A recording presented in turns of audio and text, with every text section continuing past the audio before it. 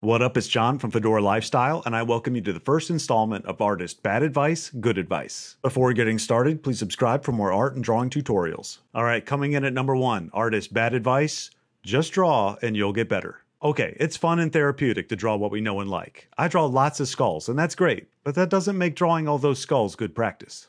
Then the good advice. As a general rule of thumb, practice what you find difficult. Can't draw hands? Draw lots of hands. Can't draw feet? Draw those. If you don't want to draw people, but you'd rather draw horses and trees, practice drawing those things. Make your practice time more productive by focusing on your weaknesses, rather than drawing what you know and like over and over and over again. Okay, moving on to number 2, bad advice. Focus on realism because it's better than stylized. I see this one a lot, where artists and viewers claim that realism is the right way, and anything outside of that is just wrong and a waste of time. And now the good advice. Ignore all of that. Naturalism, realism, semi-realism, that's all taught to new artists to introduce things like measurement, value, and form.